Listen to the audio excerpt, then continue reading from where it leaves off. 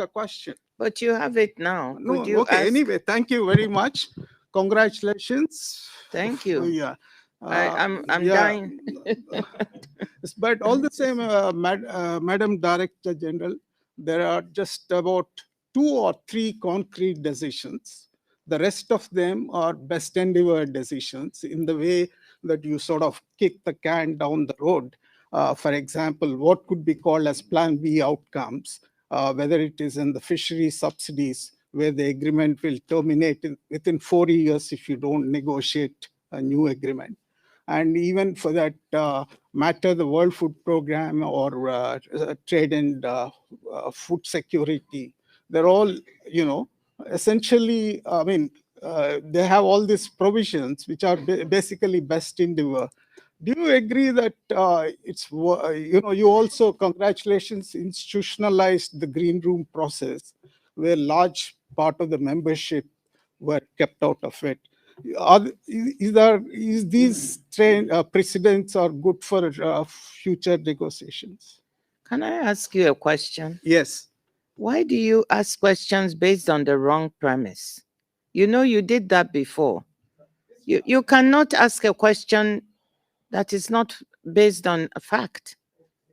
So that is not correct. So let me answer your first one, Ravi. But if you're going to ask questions, you must not ask a subjective question that is not based on fact.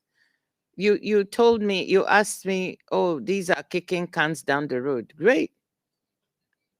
Those agreements were not there before. I mean, it's typical. If you don't get it, failure. Now you got it, it's kicking cans down the road.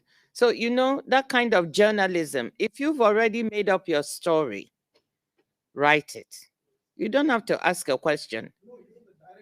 No, just write whatever story you need.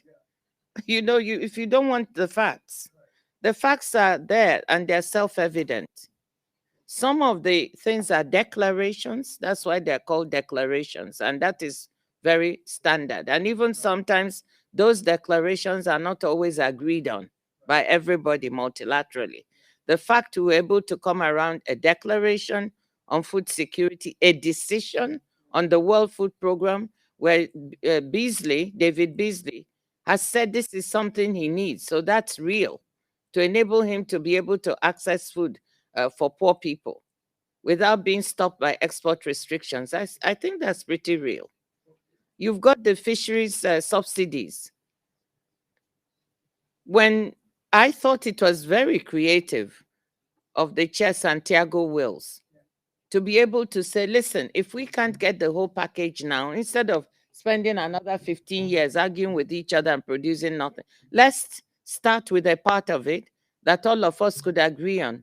That's commendable, and that's going to have an impact. Then you take the next stage. So we are not going to be locked into the old pattern of doing things. Because when you keep doing the same thing and getting no result, then something must be wrong. So he's tried something new, it's worked. When we got stuck on trips, we tried something slightly different, it worked. So you can't sit here. And as for green rooms, there were a lot of small group meetings being run by people, calling them green rooms. And they were not even in the so-called green room in my office. And you must understand that the reason we had to have all those small meetings you're terming green rooms were not green rooms. It's because we have something called the war in Ukraine.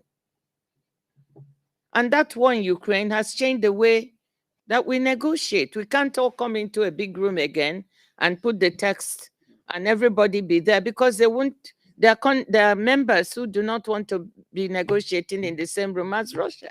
Instead of commending the ability to find a way forward with these small group approaches, you tell me it's a green room. These were not green rooms. It's just that any small group that meets is called a green room. The point is, we were against severe odds and we overcame.